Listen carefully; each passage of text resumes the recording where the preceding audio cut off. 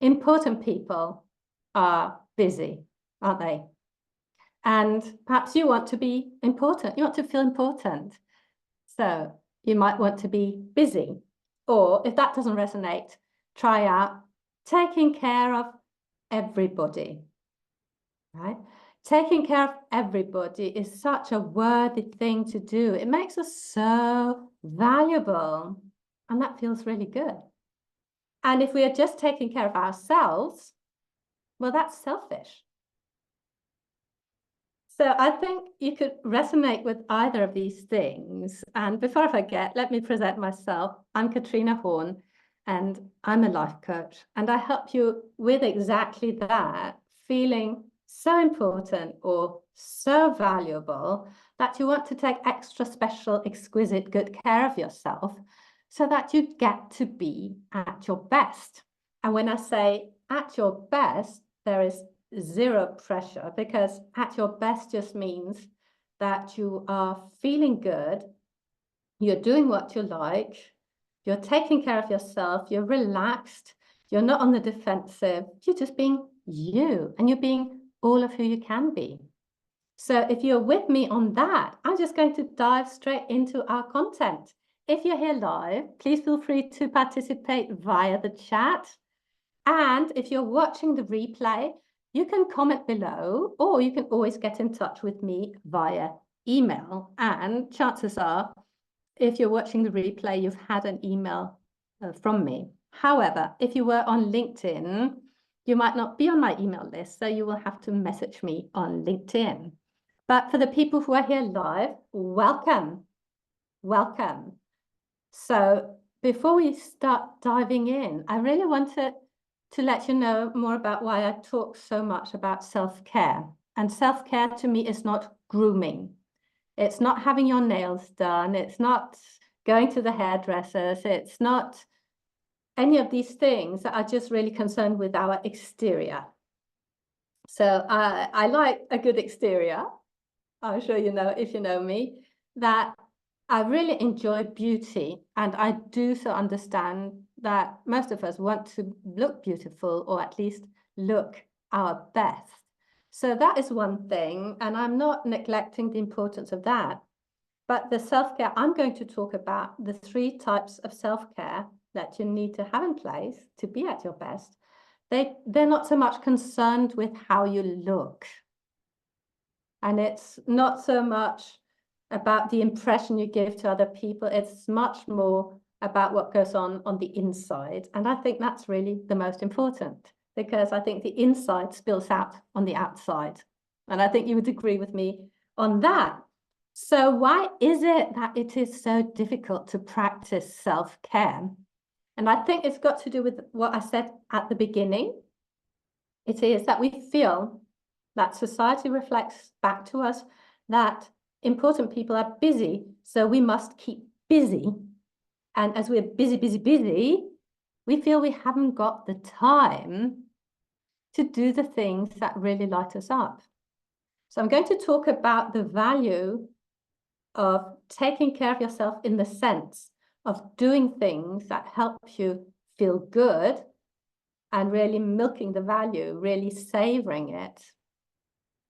And I suspect that you can also see that this idea that self-care is selfish really isn't true. Here's why. If you take so good care of yourself that you are at your best most of the time, that you're aiming to be at your best most of the time, well, then everybody is best served. That is including your children, your husband, your work, your colleagues, everybody. Everybody is always best served by you being at your best. I don't see how you can argue with that. So what I'm going to talk about is, how can you support that person who you are at your best? Who can you support her so much that it helps her be at her best? What are the things that you can put in place to ensure like the maximum self-care to really support her? So hopefully you're with me on that. I can see more people joining. Welcome. Andrea, welcome Leanne, welcome Linda. So good to see you here. Feel free to use the chat, just with comments. Some people learn best when they write things down. If that's you, you can use the chat like that, or you can use a pen and paper. And if you don't learn best by writing things down, well, you can just be here with me, engaged. Right? We're going to go through an exercise at one point, so you might want that pen and paper. Yeah, you're welcome, Andrea. So good to see you here. Yes, there will be a recording, so don't worry, Leanne. I will send it out as soon as possible, possibly tomorrow. So unless you've got any questions, let me just dive into those 3 types of self-care. So we've got what I call emergency self-care. We've got what I call short-term self-care, and then we've got the future-focused self-care, or you can call it long-term self-care. And we can go into what that could look like. But here's why you need all of them. The emergency self-care is what you do when you've experienced a setback. And it could have been a not so nice comment somebody made about you, or it could be something that went wrong. Like yesterday, I was trying to go live on LinkedIn, and maybe you were waiting for me there, but it just wouldn't work. Like, so that doesn't have us feel very good, right? And when we don't feel good, we think that we need to have that extra glass of wine, or we have to go shopping online, or we have to eat some more cake, or we have some of those emergency self-care things in place that we've always resorted to, and they have been useful. Let's just recognize it. All these buffering instruments we've put in place, whether it be online shopping, overworking, overeating, binge watching Netflix, whatever it is, they have had a purpose because they've really kept us alive and ticking, haven't they? And we've all got them, right? What I would invite you to do today is to become more aware of them. What is it exactly that is your favorite kind of emergency self-care? And then let's look at how we could tweak it. So first kind of self-care that we need to have in place is that emergency self-care, so that we've got our own backs, so that we've got some form of psychologically safety we can create for ourselves. So that is the first type of self-care. The second type of self-care that I'm going to talk about is the one that is a little bit more about, well, how can I be at my best? So there hasn't been an emergency, there hasn't been a setback. It's just you looking at, actually tomorrow, I've got this presentation, so maybe I should get myself off to bed on time so that I can get up well rested, or maybe I shouldn't have that extra glass of wine because I want to be at my best tomorrow. So it's everything we put in place so that we can be at our best on a regular basis. And if you practice that kind of self-care, it avoids all that self-sabotage that we can go into, right? I think you're with me here. We sometimes do that. I think we've all done that in life. We've all done those self-sabotaging things that really don't serve us. So let's just create awareness around it, right? There's no need to get upset about it, but we can change it. So the second kind of self-care is that everyday, short-term self-care we put in place to just look after ourselves so that we can function optimally. The third kind is a difficult kind. And I'm pausing a little bit here. It's difficult because there are no immediate benefits to it. The benefits could be way out in life. And what happens a lot is that we talk ourselves out of them. And I think we talk ourselves out of them because we're just not convinced. We like to take action when we are certain of the outcome. And we don't like taking any action where we don't feel we can control the outcome. So an example would be, I want to stay in good health into my later years. So I make sure I exercise and I eat healthily. And in general, I take good care of myself. But there's no guarantee that that will see me fit and healthy into old age, is there? There is no guarantee. And I think that is the problem, persuading yourself to put these things into place that serve us in the long term, but that are not fun right here, right now. Like, I persuade myself every other day to lift some weights because I know that at my age, at menopause, I'm 57, so menopause is well behind me. My muscles just dwindle. Everything dwindles, right? Everything goes away and is replaced by fat. So if I want to combat that, I have to do something about it. And it is possible. But again, there are no guarantees. And I think the other sort of impediment to that is that we want to know exactly what we need to do so that we can get that result. But I don't know exactly how many weights I need to lift today to be in good health in 20 years. Do you see what I mean? I don't know. So I could be saying, well, I don't know exactly, so let me not do it. Right? We're somehow getting caught up in that. I don't know exactly what action to take, and as there are no guarantees, I don't want to do it. But what if you were responsible really for everything? What if you were responsible for the amount of rest you got? What if it was not your boss overworking you or your children demanding too much? What if it was actually you there protecting your rest? That is what I want to talk to you about. So let me know if you're with me on that, if that resonates, these three kinds of self-care. You can type into the chat yes or no or hang on, what do you mean? So thank you, Paola. Yes, got it.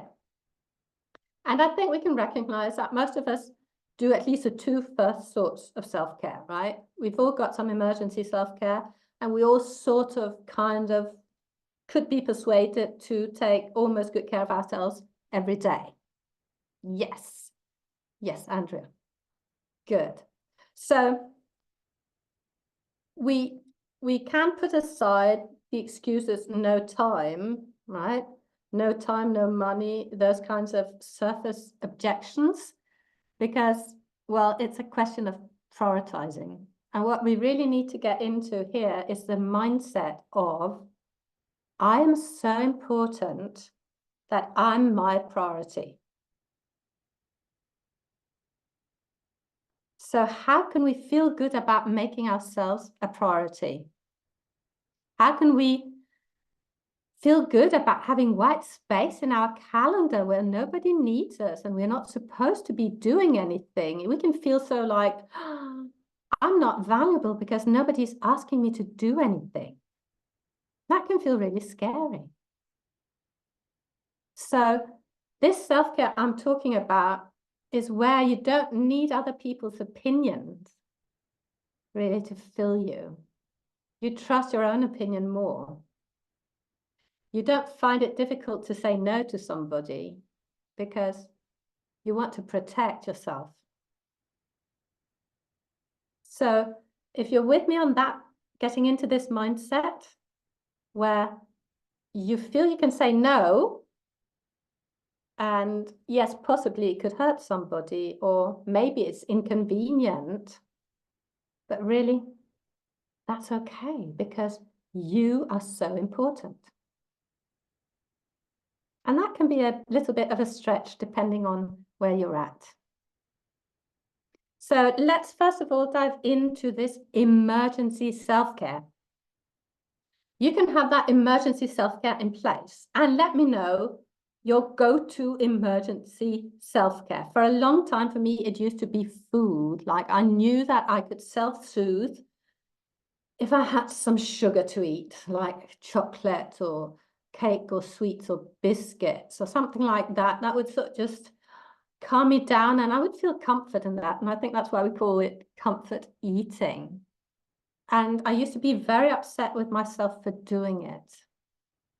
But I think we can recognize that we all make mistakes and we're sometimes not really being at our best. And certainly when I was eating all that sugar, I wasn't being at my best. But I didn't know anything different, right? I hadn't been taught to be with my emotions. And I felt that that was sort of a safe place for me. Yeah, cup of tea, chocolate. And I talk with you. Oh, I like to talk with your husband. Yeah. Yeah, going shopping or out to nature. Yes. Social media scrolling for distraction. Yeah, I love that. And we are trying to get distracted. But if we just ask ourselves, what am I trying to distract myself from? I think had I known that when I was younger, I would have been so much happier, because what we're trying to distract ourselves from is just an emotion, really. And I'm pausing here on purpose. If you let that sink in, if what I'm doing here with the behavior I'm doing, whether it be shopping or scrolling or eating, if it's not serving me long term, I mean, you could be going out shopping to get something really nice, but if it's just a mood lifter, if it's just doing something on the outside to influence your inside, it's not really efficient. Because as soon as you've got down the last cookie, in my case, as soon as you stop the thing you're doing to compensate or distract yourself from your emotions, well, they might come up again. And next time you want to hide an emotion, well, then you do it again. And it becomes this vicious circle that is so difficult to break out of. So if in the moment, instead of practicing your emergency self-care, like your go-to thing, whatever it is, what if you just stopped and before you put your hand into the biscuit bin, before you grab your phone, you just pause and count to 10 or 15. Like really pause before you do it. That could be your first step. Just pausing, because all this is just automatic behavior. We're looking to interrupt it. And when we pause, we do interrupt it. So once you've paused for enough time, 10 or 15 seconds at least, right? If you can pause for longer, so much the better.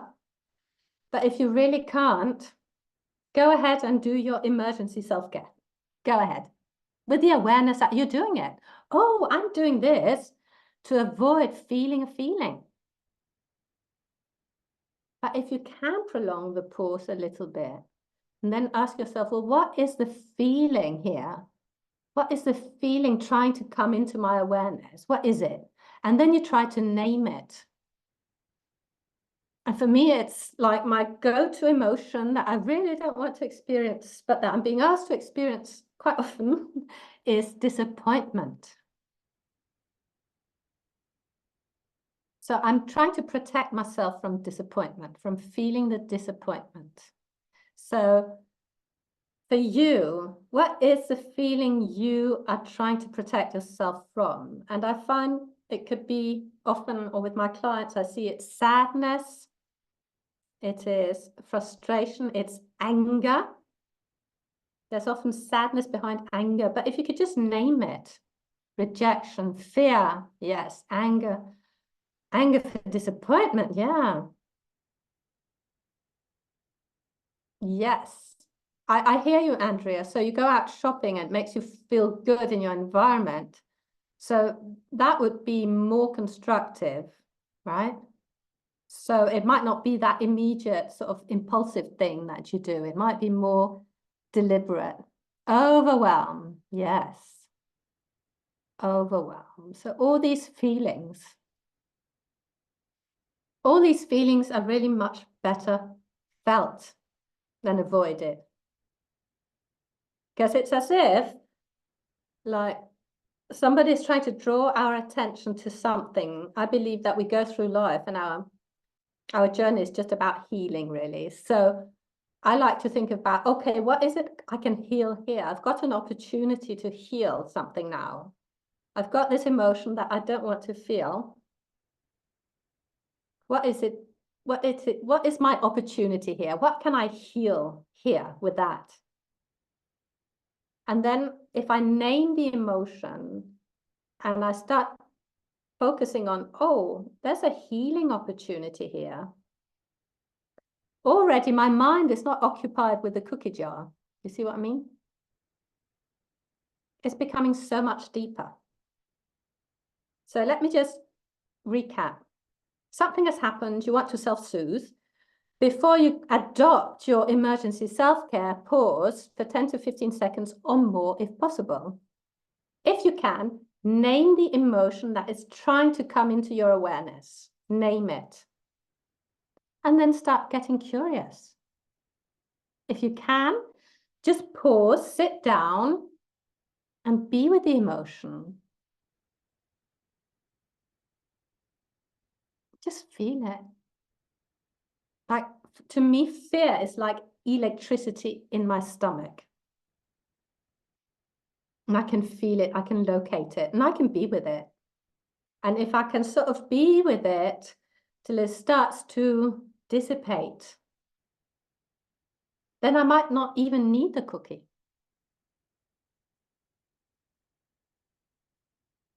So consider that. 3 steps to go through in emergency self-care. And it's really about the awareness.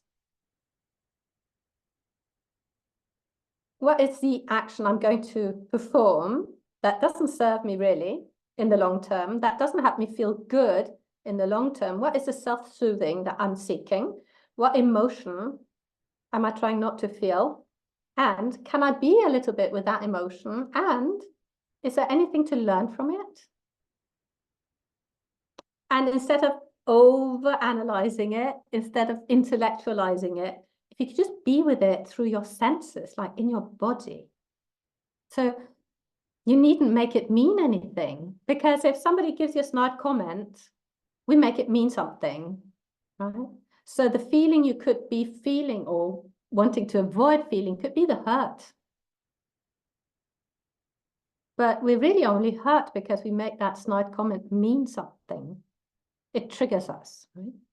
It triggers us because we think, oh, maybe that person is right. Maybe there is something there. Oh, what if it was right? What if he was right? What does that mean about me? So if we can avoid going into all that thinking and just be with the emotion in the body, I think that the battle is half won. So that was the first part to the emergency self-care. What I would like for you to consider now, and that you might want to write down, is what can I do instead?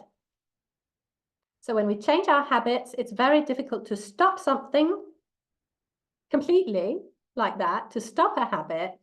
If we've got something to put in place, it's much easier. So that's why people who stop smoking put on weight, because they've replaced the cigarette with food. As simple as that. It's much easier to replace something than to stop it. So what would you like to replace that emergency self-care with that doesn't have any negative consequences long term? Can you think of anything? And if so, put it in the chat.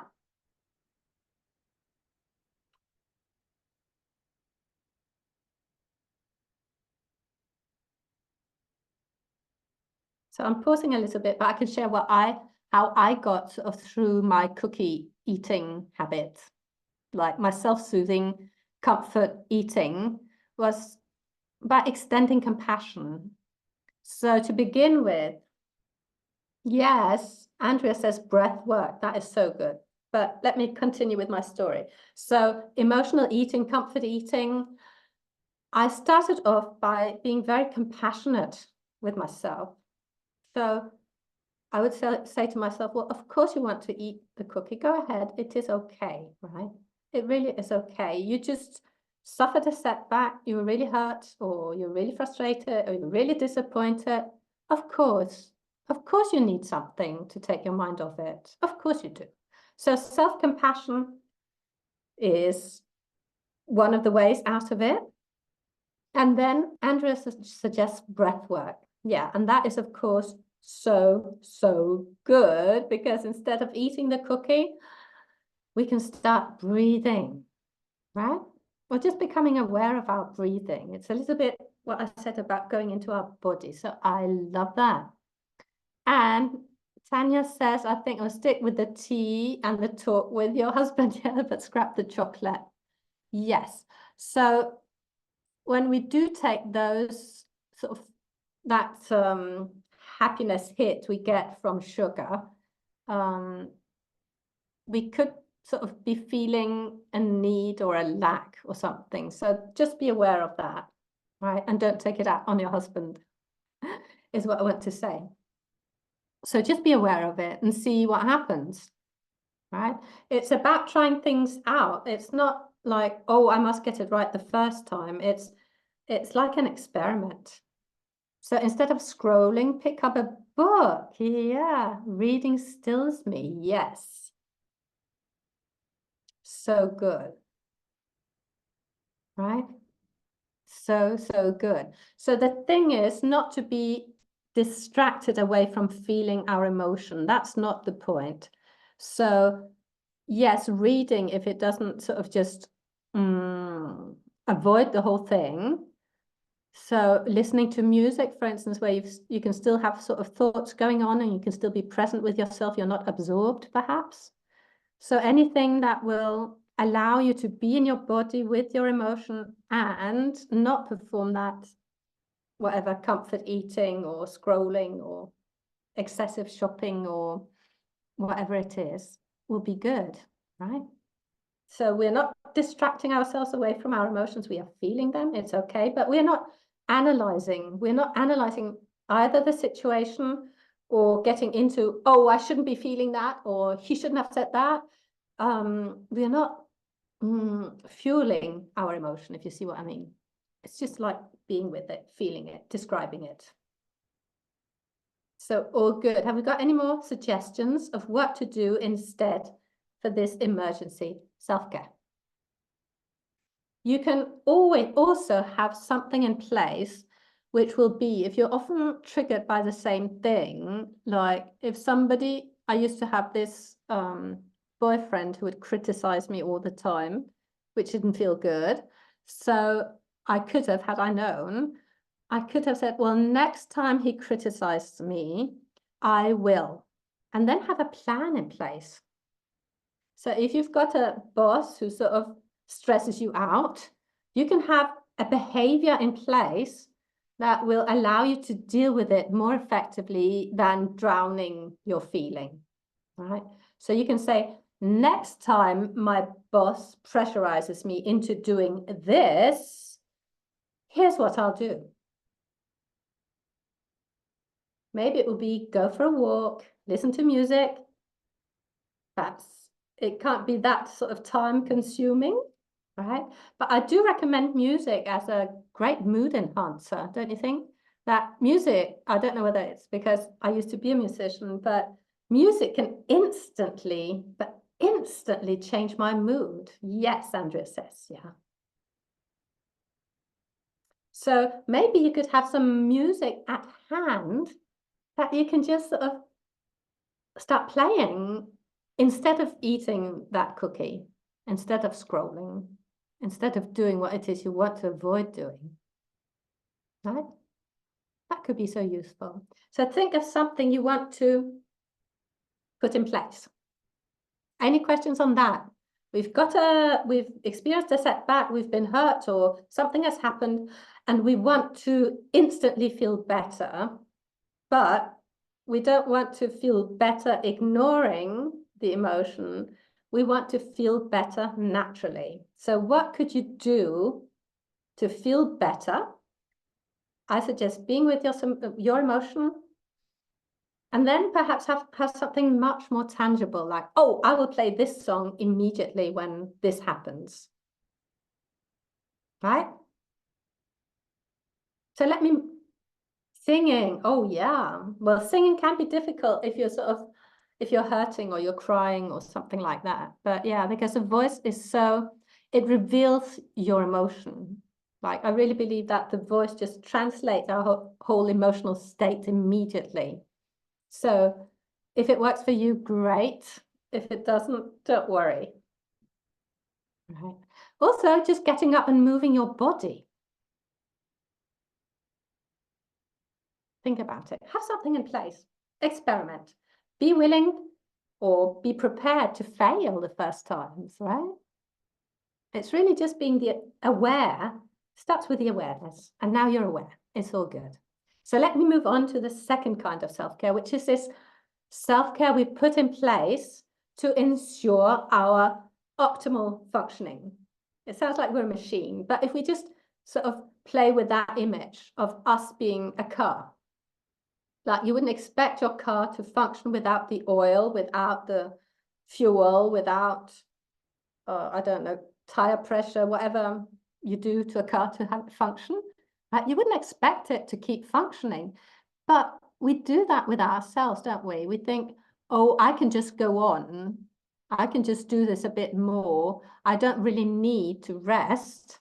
I can rest later, or I can have fun later. How many of us really sort of save up for fun? We think, oh, I'll get to the fun later. Yeah, I can see some hands.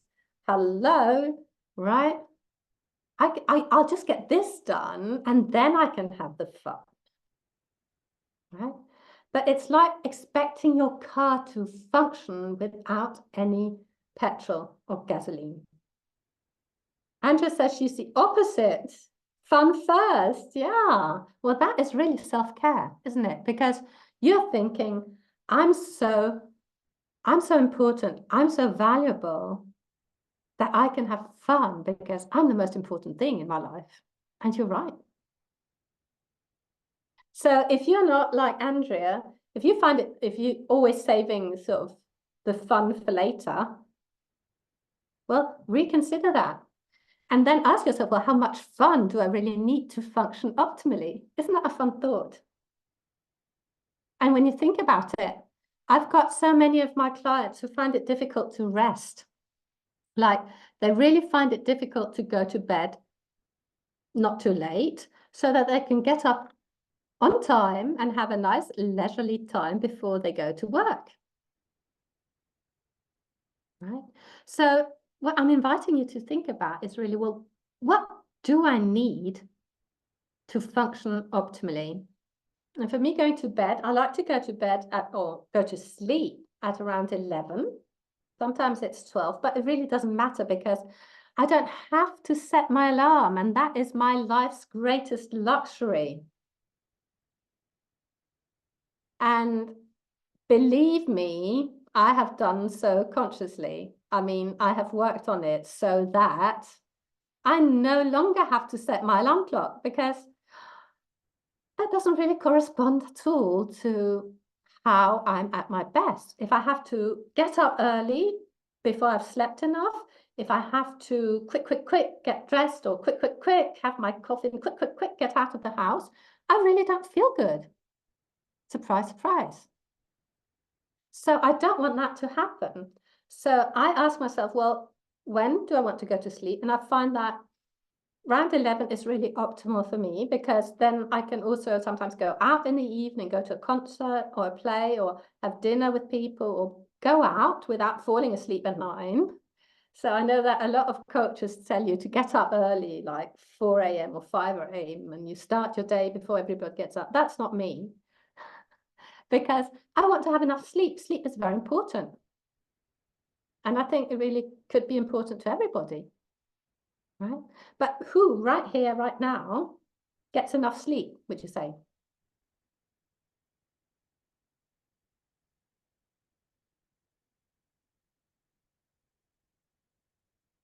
Is it in the chat? You can say, I do. Yes, perfect.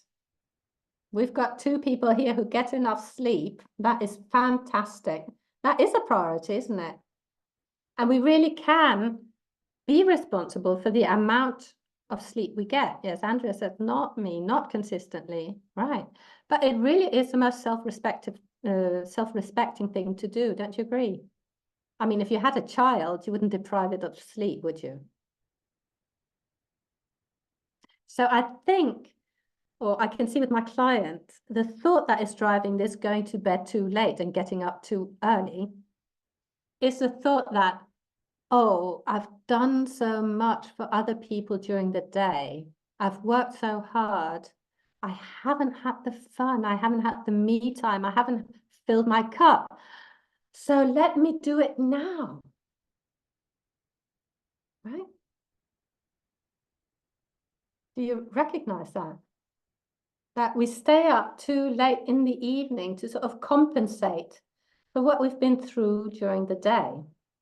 Yes, I get a yes from Maria. Welcome, Maria. It's lovely to see you here. Thank you for having me. My pleasure. So this is really very important to just recognize. Okay, so I'm getting into a habit because there's something that has gone wrong before. So please don't try to fix your habit, the habit of going to bed too late. Please try and fix what has gone before so you don't need that anymore. You really don't need it. So I don't want to go off on a tangent, but if you feel you've not done enough to fill your own cup during the day, if you've not had enough fun, not enough play, not enough pleasure, we'll take a look at that. And that can sound, coming from me, as something very privileged, right? But I really would invite you to see, well, maybe it would be possible for me to have more fun at work. Maybe it needn't be this drudgery, this almost slavery, to use a very, very extreme word, right? Maybe there is a way, right? Because I was talking to a client the other day, there will always be more work. And we liken that to a waterfall. Like if you imagine going out into nature, seeing a stream with a waterfall and seeing all that water coming down, it's like work. There will always be more. You can't scoop it all up. No matter how hard you try, there will always be more. And knowing that, we'll just really be aware, well, how much of that water do I want to scoop up? What can wait? Because there will always be more. There always will. And we want to, like Andrea, shift the whole thing around so that we first of all take care of ourselves. So what would the habits be that would support your optimal functioning? Would it be to have a nice leisurely morning? Would it be to get up perhaps 15 minutes earlier, 30 minutes earlier? To do something really nourishing for yourself, to have that quality time. And again, I like quality over quantity. So what would really feel nurturing? What would really be most valuable to you? It could really just be, I see a lot of Americans because I work a lot with America, but they have a cup of coffee while they're rushing out to their cars. Like, okay, if that works for you, if that brings you joy, fine. But to me, just sitting down, if only for 5 minutes, and to really enjoy the coffee, really be present with it, really taste it, that to me is valuable. So I remember when I had to get up very early, I would have that coffee moment for myself in the morning, just so that I would have had a little bit of luxury before I started my duties. Cappuccino, yes, in a cafe in the morning. Oh, I know. Yes, you've got a pretty local cafe. Yes. I know. You should all meet Paola. She's fantastic. Yes, so having that exquisite moment, I like to bring in luxury to my life. So I think of me getting up in the morning as my luxury because I'm not rushing. I've got the time. I've got the coffee, I've got the gorgeous cup to have my coffee in, got everything the way I want it. Right? That really supports me. That supports me through my day, having this self-care in place. So what do you need? I'd love to know. So Paola says cappuccino. What would you need? What would you like? Don't think about what is possible. Just think in absolutes. What would you really like? Because when I started this journey, I couldn't have everything I wanted because I wanted to do yoga every morning. I wanted to do a meditation. I wanted to do this and that and journaling, all of it. And there wasn't time. Or I didn't take the time. I mean, I could have gotten up at 4, but then that was not an option for me. But what really could you place a lot of value in on a daily basis that would have you feel valuable and important? So it's about what we do for ourselves to show ourselves our value and not taking our value from outside circumstances or people or things. It's what we create for ourselves. That is the self-care. So I'd love to have some ideas. So I'd talk about more meditation, right?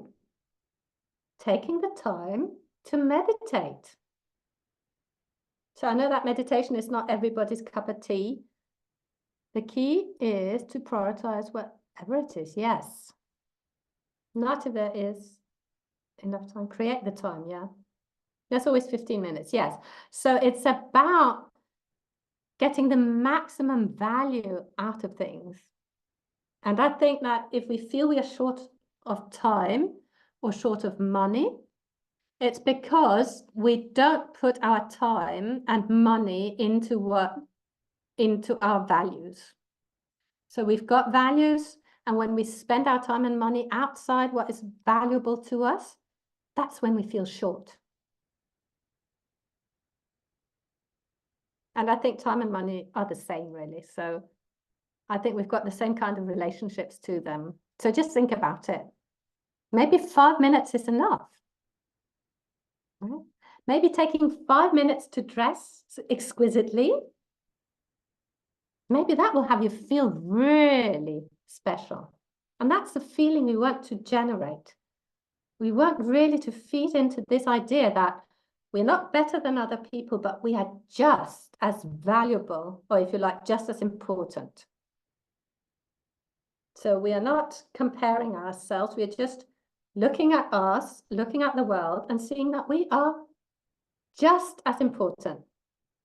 A healthy breakfast every morning at home, when teleworking, yeah, at work, when commuting, as you need your sleep, yes. So if I can say it like that, Tanya, sacrificing your breakfast to prioritize your sleep is a choice. And that is so good that you made that conscious choice. It is a choice, isn't it? Because I know we say we could always get up earlier, but if we get up earlier and we prioritize our sleep, then we have to go to bed earlier too. And then we might not want to do that. Or I don't, because if I start falling asleep at 9 in the evening, I would be falling asleep at concerts or dinners or plays or whatever. And I don't want to be doing that, right? So yeah, so it's really good to be conscious of what it is that would allow you to be at your best. Remembering your best is not something we have to live up to. It's something that we are naturally, right? That playful, that joyful, without pressure or living up to or being defensive kind of person that you are. That's the one we want to bring out more of. And that's why we're putting this self-care in place. So we've talked about the emergency self-care, the short-term self-care that has us function in our everyday lives optimally. Now let me talk about the third kind, which is this future-focused self-care. The one where we can't see the immediate benefits, where we don't get to experience the benefits right here, right now. And that is really the most difficult one. Like, we don't like to postpone gratification, do we? We want instant gratification. So we have to persuade ourselves that if we want to blah, blah, blah, then we have to blah, blah, blah, or we can choose to, or we get to, no matter how you word it. So my example with me is that I want to stay fit and healthy because I enjoy being able to go hiking, go biking, being in my garden, going for a walk, going up the stairs, going down the stairs, all of that without having to think about it, right? Without it being a problem. And so I have chosen to do exercise. So the added benefits of exercise are that I stay slim. Oh, I just have to mute somebody.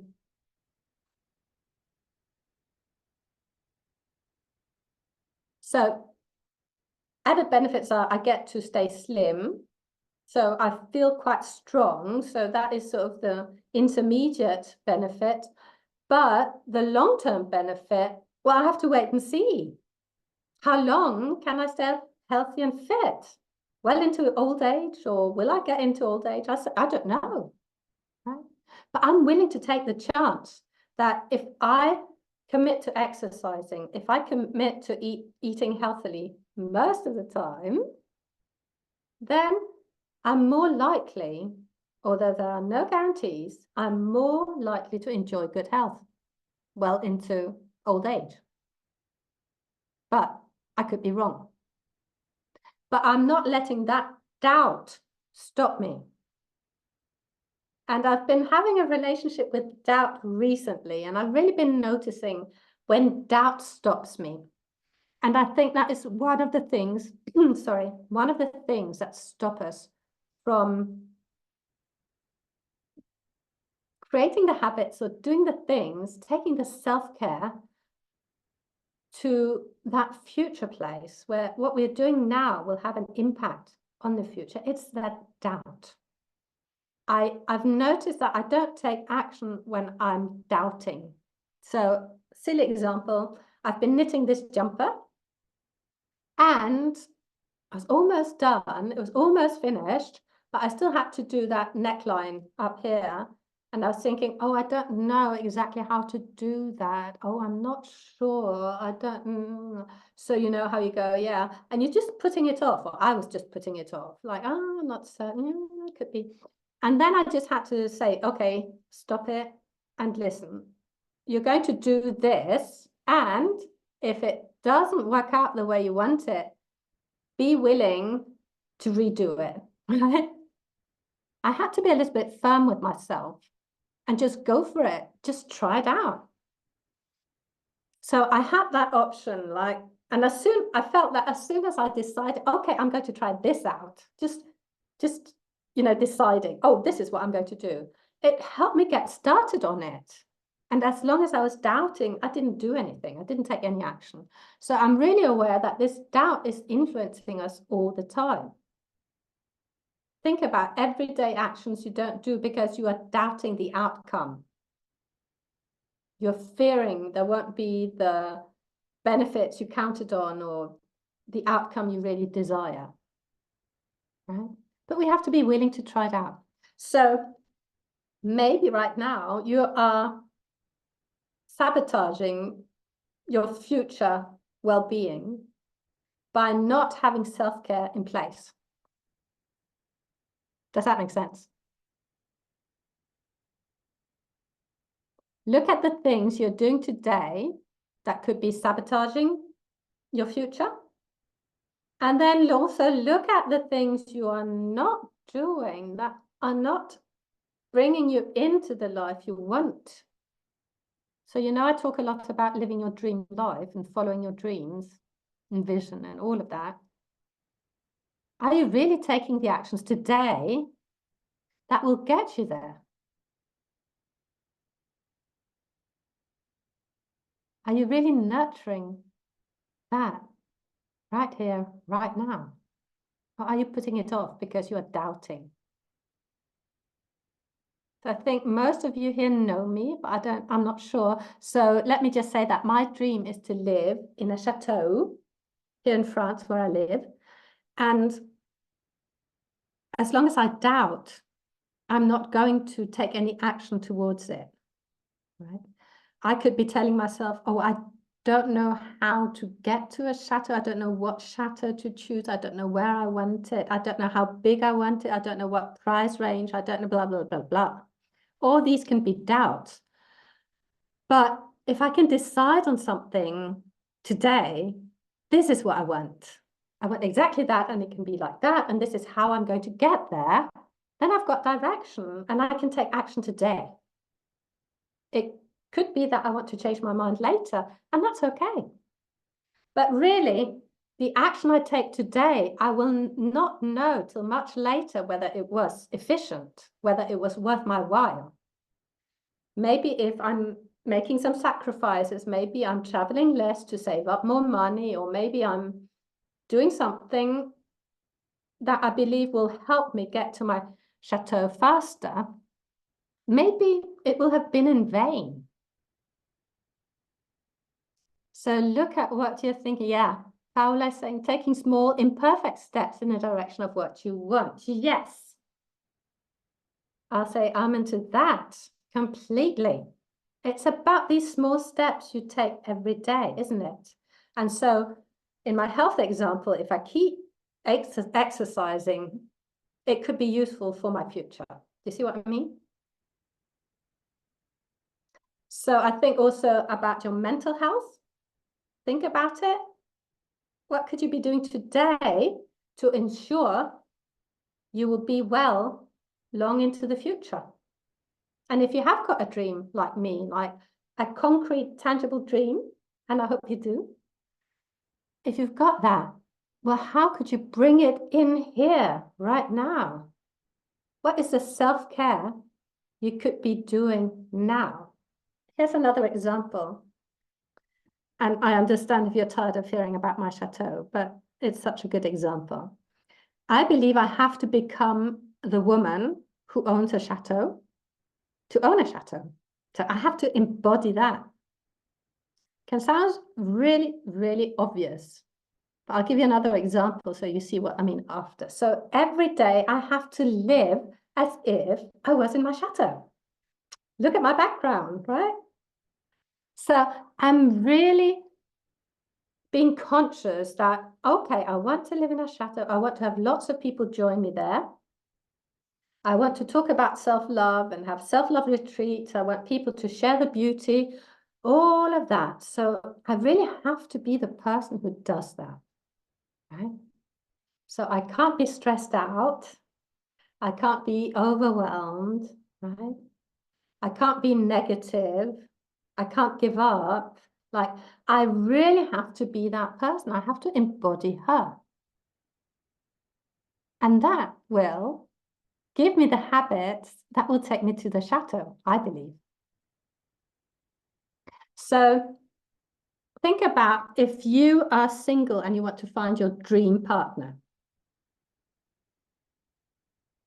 Who do you need to be in that dream relationship? Who is that woman? If you look at your dream, let's say your dream man, who does he want to be with? And are you being that person?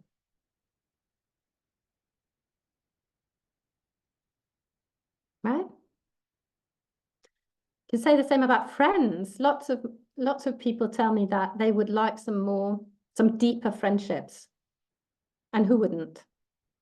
But then are you being that person? Right? So I think we can all cultivate these habits that will take us into the place we want to be. And we can call that self-care, even though it doesn't feel good in the moment. Is that clear? So maybe we could talk a little bit about the things that you could do today that would prepare you for that future experience that you want to live, that future dream or direction. Let me know. in the chat if you've got any ideas. So exercise, eating healthily, could be things you want to get rid of. I feel that stuff drags me down. So I want to get rid of all the stuff that's not coming with me into my chateau. Right, going through my cupboards, going through everything. Have to find new glasses because my glasses are not coming with me into my chateau, or most of them. Yes, I get that. Financially secure. I think most of us want to be financially secure, and that's another really good idea for your future, for the present self-care that will take you into the future. Saving up. If you keep talking about going on that dream vacation to I don't know where, well, are you saving up for it? I would call that self-care. Saving up for that dream vacation could mean that you have less something today, that you go shopping less, that you have less nights out, right? So it could feel uncomfortable here today, but be so useful for the future. Less shoes, okay. Yeah, so good. So these 3 steps to better self-care, or the 3 types of self-care really I want you to consider, are the emergency self-care, the short-term focused self-care, and then the future-focused self-care, or the long-term self-care. I hope that was clear. So that's really what I wanted to share with you. If you want to go further, I've got a proposition for you. I really want you to dive into having a vision or a dream for your life, because that will really help you feel so important, so valuable, that you want to take care of yourself. And I would love to invite you to a life audit session. Now, that means that I'm going to spend an hour with you on Zoom, where I go into all the areas of your life where you want to see change, and where we want to put something in place where you can be the highest expression of who you are. Really live that dream life. So I put a link in the chat. If you're here live, please go ahead. You're welcome, Tanya. Please go ahead and click the link and book a time. If you're watching the replay, the link will be either in the email that sent you the link to this replay, or somewhere around the replay. But I really want to talk to you about the value of that, because when you get clear on your vision, on your dream, then you can start taking the action steps towards it, as Paula said. Then you get that clear direction, you get energy to go towards it, you feel fueled by that energy, you've got that spring in your step, you want to feel the enthusiasm for what it is you want.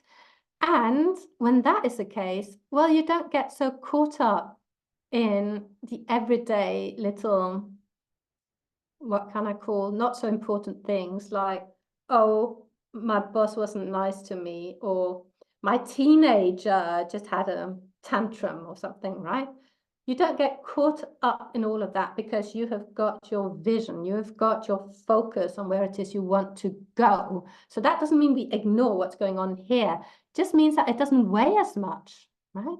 If you're living from day to day, you're more occupied with, oh, how can I get through the day to get to the next day, to get to the next day?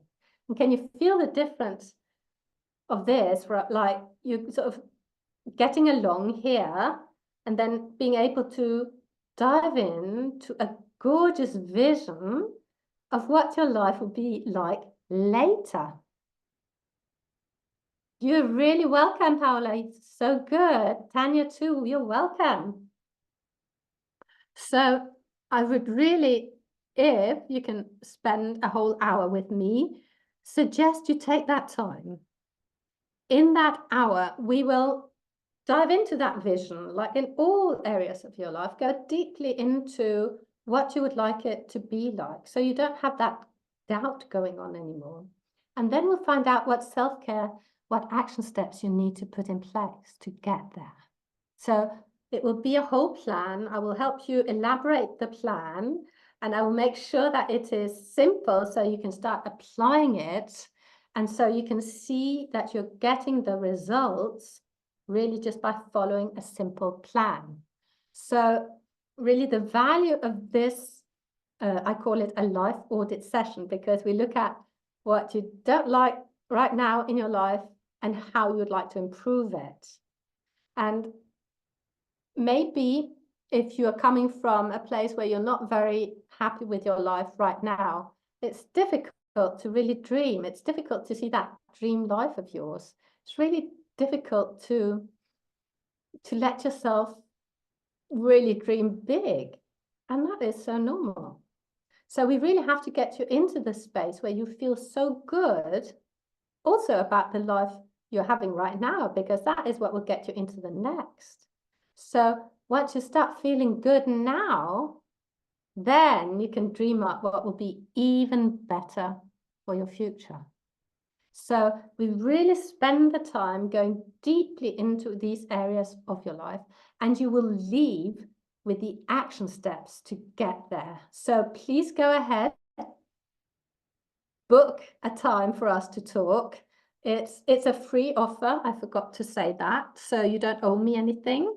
I will be inspired by your vision, and I will fuel your vision. I will cheer you on, and we will make it seem possible for you, right? There's not much point in having a vision that you can't believe in. And maybe that is where you've got a tendency to go, that if you think that, oh, what I would really like is this, but I can't have it. Right? Have you done that? Let me know in the chat.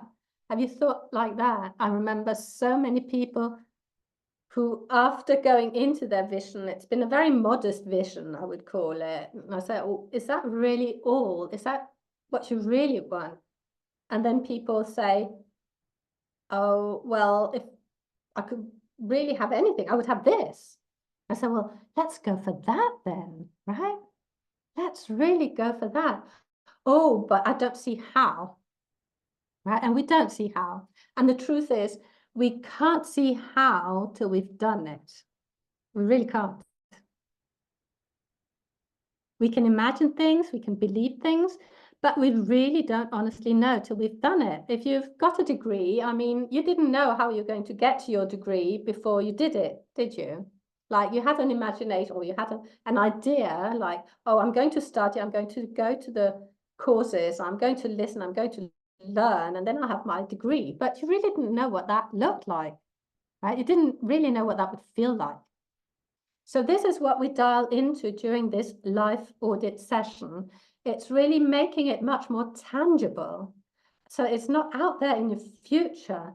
It's something that you can really believe in right here, right now. It's making it believable and tangible so that you want to take action on it. Because as long as our dream remains something so far out, we can't even, it will be like a million years out. It's not much fun right here, right now.